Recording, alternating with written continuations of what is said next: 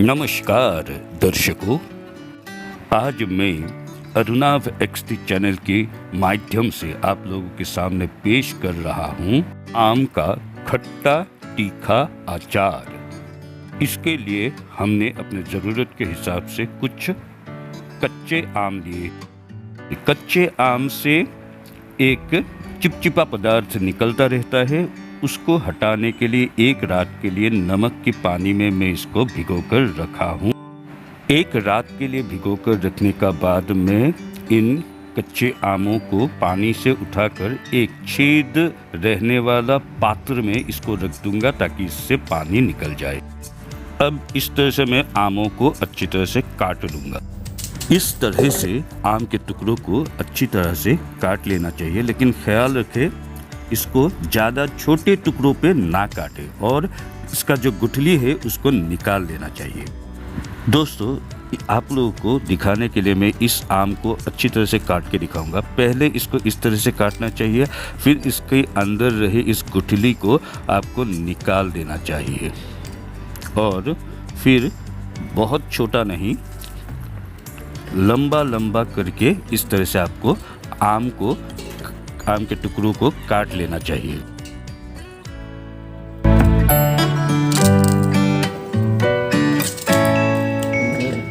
अब देखिए दोस्तों, हमने इस तरह से आम के टुकड़ों को इस तरह से हमने काट लिया। हमने ज़्यादा छोटे छोटे टुकड़े नहीं किए, इसको लंबा लंबा काट के इस तरह से हमने रख दिया। फिर हम इसके ऊपर नमक छिड़केंगे। हमारे इस अचार के हिसाब से हम अपने ज़रूरत से ये नमक डालेंगे। फिर हम हमारे अचार के ज़रूरत के हिसाब से हम इस पे हल्दी डालेंगे। ये हल्दी है, अब हम इस पे हल्दी छिड़क देंगे। दोस्तों, अब ये है नमक और हल्दी से सराबोर कच्चे आम का कटा हुआ लंबा लंबा टुकड़े है। अब हम इसको इस पे ये हल्दी नमक और इन सब को मिलाकर अच्छी तरह से हाथ से लेकर हम इस सब को मल देंगे और अच्छी तरह से एक दूसरे को हम इस पे मिलाएंगे। फिर इन सब को धूप पे अच्छी तरह से सूखने के लिए रख देंगे। अब आम के इन टुकड़ों को अच्छी तरह से सुखाने के लिए एक हम बड़े से फैलाकर इसको सुखाने लायक किसी बर्तन या आधार पे हम इसको इस तरह से रखना चाहिए ताकि ये हम इसको फैलाकर सुखा सके। हम इस तरह से इसको हम फैलाकर सुखाने के लिए हम किसी जगह पर अच्छी तरह से रख देंगे। हम इसको एक असम में इसको डोला बोलते हैं। हम ख़ास तौर से ये डोला बांस से बने इस गोल सा डोला में हम इन सब को अच्छी तरह से फैलाकर सुखाने के लिए रेडी कर देंगे।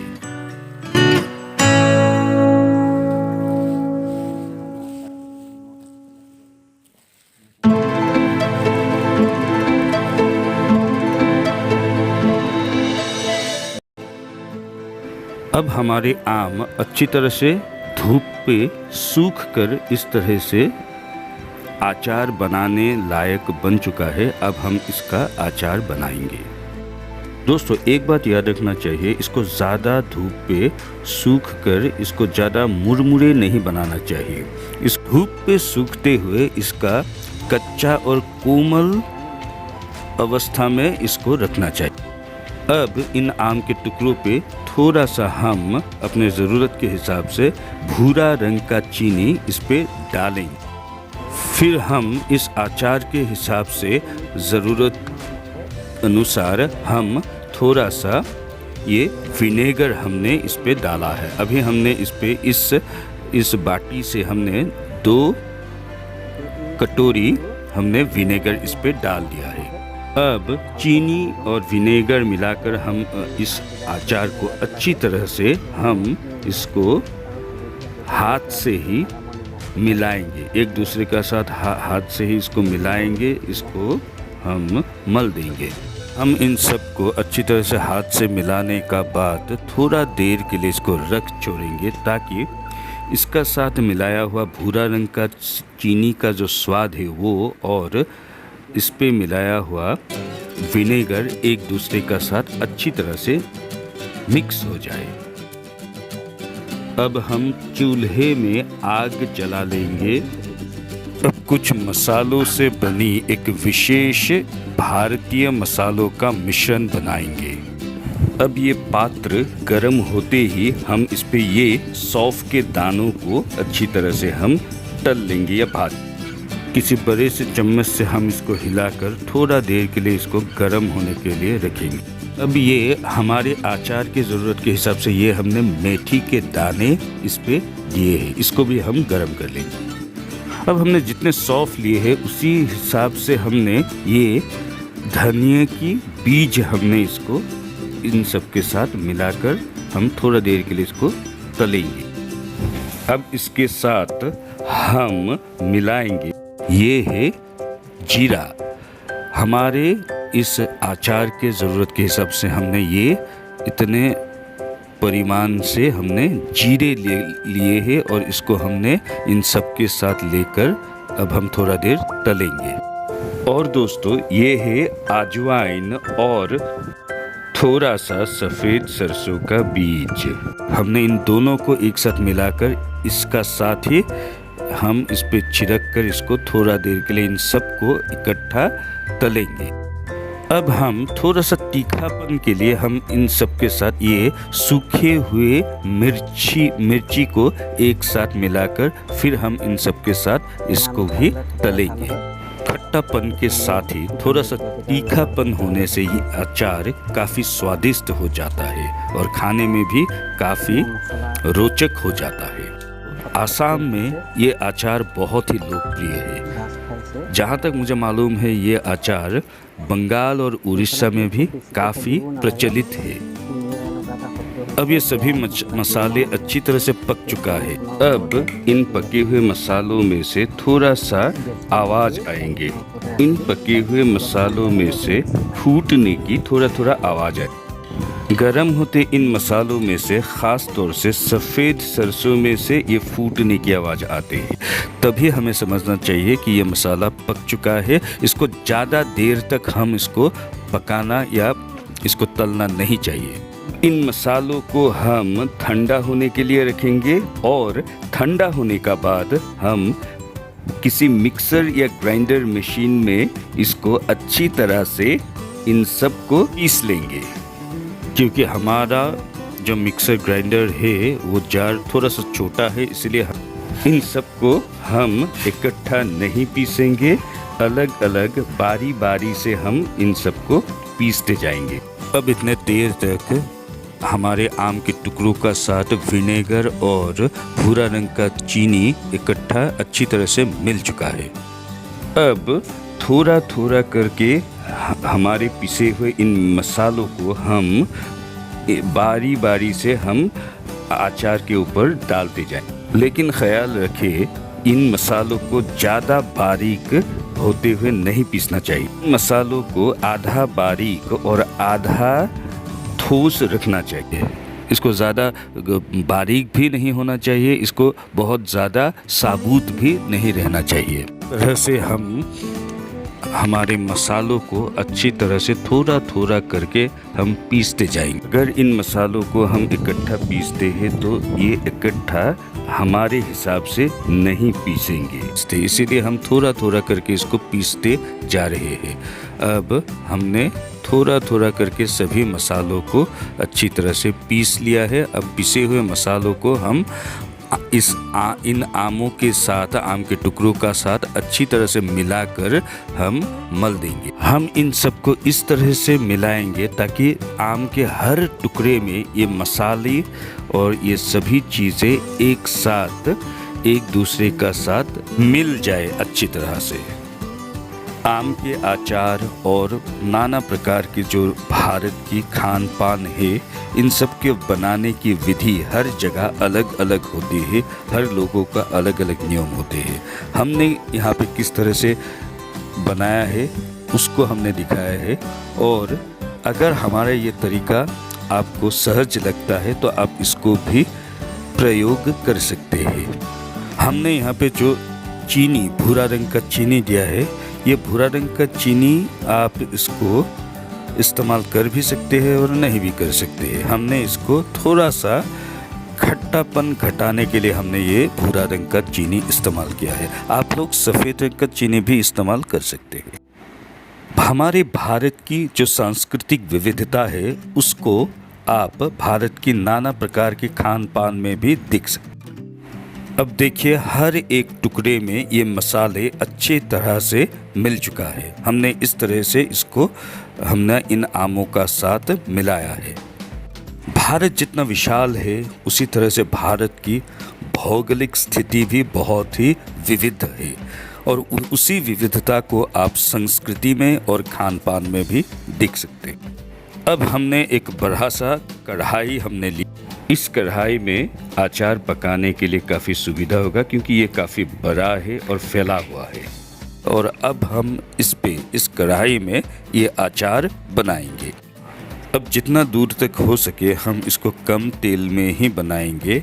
और इसका साथ जो हमने ये विनेगर दिए हैं, इसको हमने एक प्रिजर्वेटिव या सुरक्षात्मक पदार्थ के रूप से दिया है ताकि ये अचार बहुत दिनों तक अच्छा बने रहे। जिन लोगों को विनेगर की गंध से तकलीफ है वो लोग विनेगर बगैर दिए भी इसको बना सकते हैं।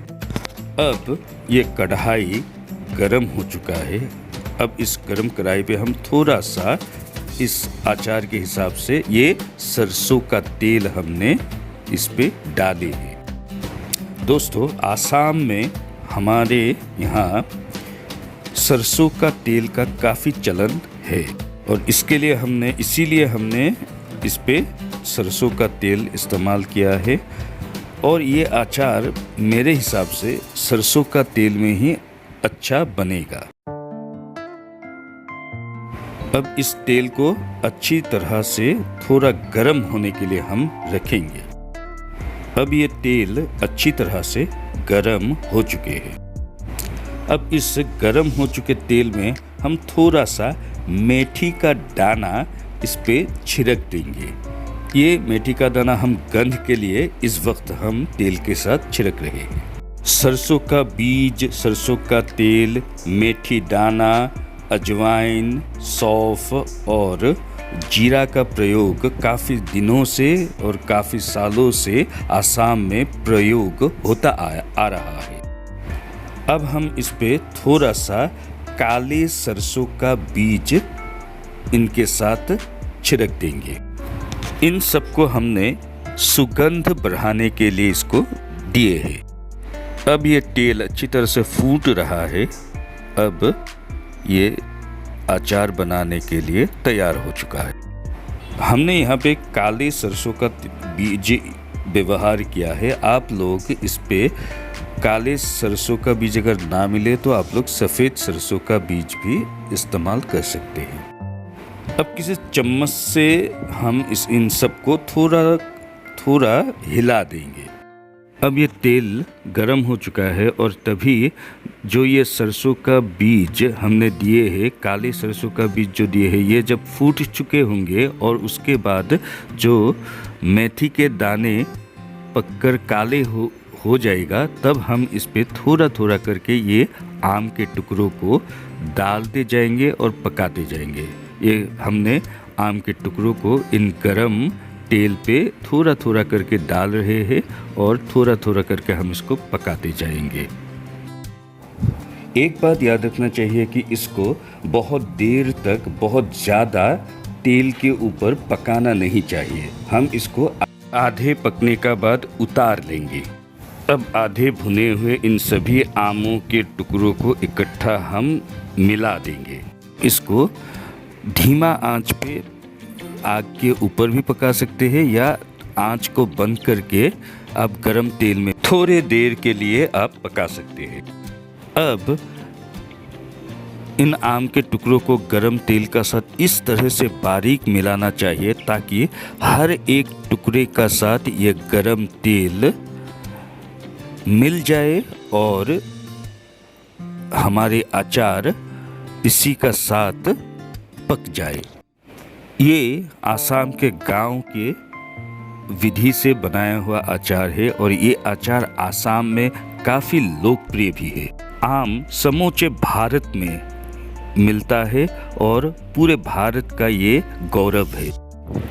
आम से नाना प्रकार की खान पान की कौशल दिखने को मिलता है। आम कच्चा अवस्था में आप इसको इस तरह से अचार या चटनी बनाकर खा सकते हैं और बहुत लोग सब्जी बनाकर भी खाते हैं। इस अचार के रंग को बढ़ाने के लिए हम थोड़ा सा कश्मीरी मिर्च इस पे डालेंगे। लाल वाला कश्मीरी मिर्च इस पे हम डालते जाएंगे। ये हमने कश्मीरी मिर्च की पाउडर इस पे डाला है ताकि अचार की जो रंग है वो निखर जाए। ख़ास तौर से कश्मीरी मिर्च की पाउडर में तीखापन कम होता है, लेकिन इसका रंग के वजह से ये किसी भी व्यंजन की रंग को निखार देते हैं। ऐसे किसी बड़े से चम्मच से आपको ये पूरा आम के टुकड़ों को अच्छी तरह से मिलाते जाना है ताकि एक एक टुकड़े पे एक एक मसाले एक इस पे दिए हुए जितना भी इंग्रेडिएंट्स है वो सब अच्छी तरह से एक दूसरे का साथ मिल जाना चाहिए। इस आम के अचार की ख़ास बात इस पे दिए गए ये मसाला और मसालों का मिश्रण ही है। इन मसालों से ही ये आम के अचार बहुत दिनों तक अच्छा बनी रहते हैं। साथ ही साथ इस आम के स्वाद भी इन्हीं मसालों के और इन मसालों के मिश्रण के ऊपर ही निर्भर करता है। इस अचार में ज़्यादा तेल हमने नहीं दिए हैं क्योंकि ज़्यादा तेल देने से इसकी जो गुणवत्ता है उस पर काफ़ी फ़र्क आता है। अब हम इसको किसी कांच के बर्तन में अच्छी तरह से रख देंगे। इसको ठंडा होने का बाद हम किसी कांच के बर्तन में अच्छी तरह से रख देंगे। अब ये अचार लगभग तैयार हो चुका है। कश्मीरी मिर्च के पाउडर के साथ अन्य सभी मसालों को हमने एक साथ इस पे मिला दिया है। अब ये लगभग तैयार हो चुका है। तो दोस्तों इस तरह से हमारे आम के अचार प्रस्तुत हो चुका है। दोस्तों इस तरह की खान पान की कौशल विधि जानने के लिए हमारे चैनल अरुणाव XD को आप लोग अनुग्रह करके सब्सक्राइब कीजिए, लाइक कीजिए, शेयर कीजिए। दोस्तों इस तरह की भारत की जितना भी पारंपरिक खान पान है, हमारे आसाम के पारंपरिक खान पान है, वो सब हमारे इस चैनल पे आप लोगों को मिलता रहेगा। और इन्हीं रेसिपी खान पान और इन्हीं सब कौशलों के बारे में जानने के लिए हमारे चैनल को फिर से कहता हूँ, प्लीज़ लाइक कीजिए, शेयर कीजिए और ज़्यादा से ज़्यादा सब्सक्राइब कीजिए। अनुग्रह करके आप लोग हमारे चैनल को सब्सक्राइब कीजिए। आप लोगों की सब्सक्रिप्शन की हमें बहुत ज़रूरत है। जय हिंद, जय माँ भारती, जय आई अहोम।